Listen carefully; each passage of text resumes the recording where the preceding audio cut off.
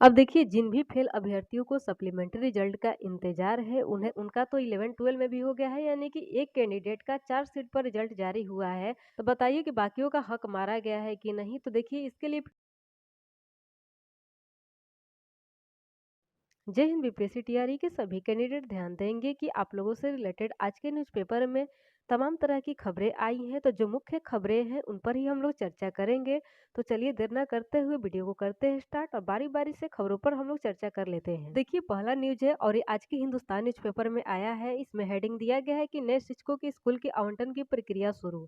आगे देखिए लिखा गया है कि बिहार लोक सेवा आयोग की ओर से दूसरे चरण में चयनित शिक्षकों की स्कूल आवंटन की कार्रवाई शुरू कर दी गई है। इसी क्रम में शुक्रवार को नालंदा और नवादा जिले नए शिक्षकों और स्कूलवार पदों की विवरणी की संबंधित पोर्टल पर एंट्री शुरू कर दी गई है। अब विभाग प्रारंभिक जांच करने के बाद सॉफ्टवेयर के माध्यम से शिक्षकों के स्कूलों का आवंटन करेगा। मालूम हो कि दूसरे चरण में 94,000 शिक्षकों का चयन हुआ है। वहीं पहले चरण के पूरक रिजल्ट में 2,772 शिक्षक सफल हुए हैं। इनमें जिनकी भी काउंसलिंग हुई है उनका स्कूल आवंटन होना है। चरणवार सभी जिलों के पदाधिकारी विभाग आकर पूरी विवरणी पोर्टल पर अपलोड कराएंगे। जिलों को निर्देश है कि जल्द से जल्द यह कार्य पूरा करा ले।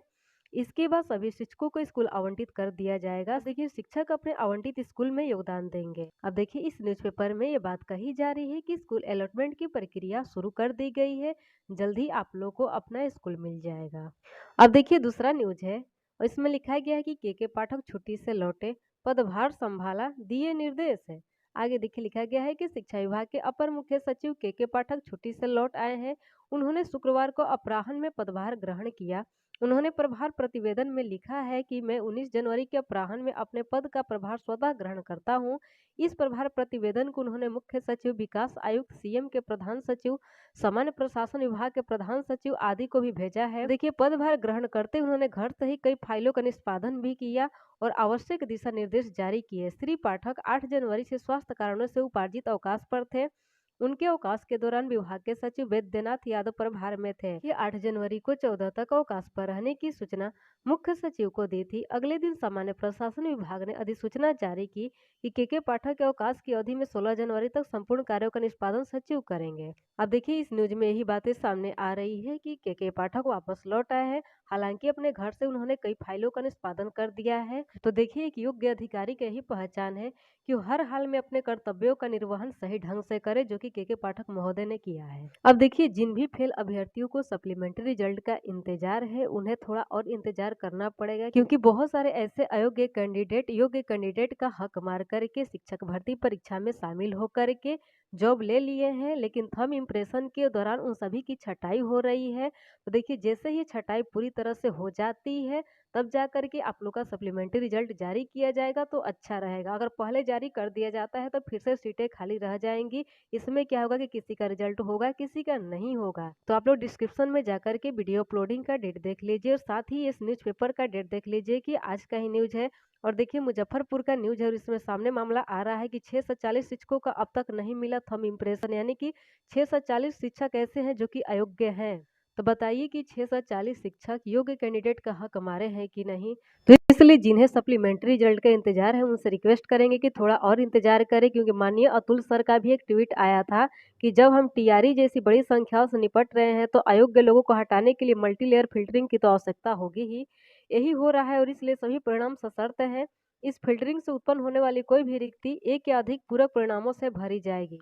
यानी कि वैसे कैंडिडेट जिनका रिजल्ट 1 to 5 में भी हो गया है, 6 to 8 में भी हो गया है, 9 to 10 में भी हो गया है, या जिन्होंने पीजी कर लिया है उनका तो 11-12 में भी हो गया है, यानी कि एक कैंडिडेट का 4 सीट पर रिजल्ट जारी हुआ है। तो बताइए कि बाकियों का हक मारा गया है कि नहीं? तो देखिए, इसके लिए फिल्टरिंग की जा रही है। देखिए, बेशक ये ट्वीट पहले का है, लेकिन इस ट्वीट के आधार पर हमें कह सकते हैं कि अभी फिल्टरिंग की जा रही है, यानी कि छटाई हो रही है थंब इम्प्रेशन के थ्रू, थंब वेरिफिकेशन के थ्रू या डॉक्यूमेंट जांच के थ्रू। अगर देखिए अयोग्य कैंडिडेट हट जाएंगे तो ही ज्यादा से ज्यादा सीटें बचेंगी और ज्यादा से ज्यादा लोगों का रिजल्ट आएगा सप्लीमेंट्री के तहत। इसलिए जिनको भी इंतजार है वो कृपया अपना धैर्य ना खोए, आपा ना खोए, क्योंकि देखिए आयोग अपना काम कर रही है। चलिए अब इस न्यूज को भी पढ़ लेते हैं और पूरा मामला हम लोग जान लेते हैं।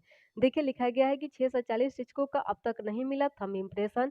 जिले में अब तक 640 शिक्षकों के थंब इम्प्रेशन का मिलान नहीं हो सका है। अब देखिए, जिला वाइज हर रोज इस तरह के मामले सामने आ रहे हैं। किसी में 80, किसी में 100, किसी में 120 इस तरह के मामले आ रहे हैं कि मिलान ही नहीं हो पाया है। और ये लोग वैसे लोग हैं जिन्होंने योग्य कैंडिडेट का हक मारा है। तो अब देखिए विभागीय कार्रवाई इन पर तो होगी ही, साथ ही ऊपर वाला भी इन्हें माफ नहीं करेगा, क्योंकि देखिए इनके वजह से योग्य लोग आज रो रहे हैं, परेशान हैं और ये लोग उनका हक मार कर बैठे हैं। अब देखिए लिखा गया है कि शुक्रवार को मीनापुर प्रखंड के 177 शिक्षकों के अंगूठे का निशान डाटा से मैच नहीं हो सका। वही 99 शिक्षक थंब इम्प्रेशन की जांच कराने उपस्थित नहीं हुए।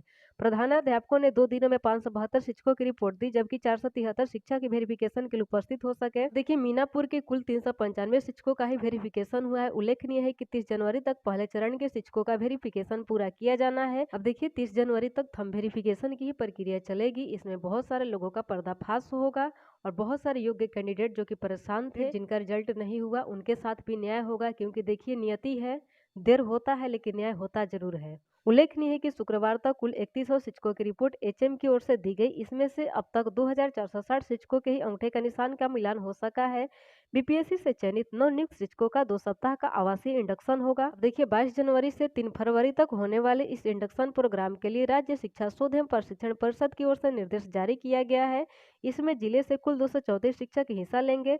जिले के शिक्षकों को सिटी समस्तीपुर से जोड़ा गया है। सूबे के 69 डायट, सीटीई, पीटीईसी समेत अन्य संस्थानों में शिक्षकों को प्रशिक्षण के लिए भेजा गया है। सभी जिलों को इसकी सूची उपलब्ध करा दी गई है। तो देखिए कुल मिलाकर के इस न्यूज़पेपर में ये सब बातें लिखी गई थी, जो कि हमारे द्वारा आप लोग को बता दिया गया। तो जितने भी मेरे व्यूअर्स, जितने भी मेरे सब्सक्राइबर सप्लीमेंट्री रिजल्ट का वेट कर रहे हैं, वो थोड़ा धैर्य बनाए रखें तो अच्छा होगा, क्योंकि देखिए अगर देर से हो लेकिन काम दुरुस्त हो तो इससे बेहतर और क्या हो सकता है।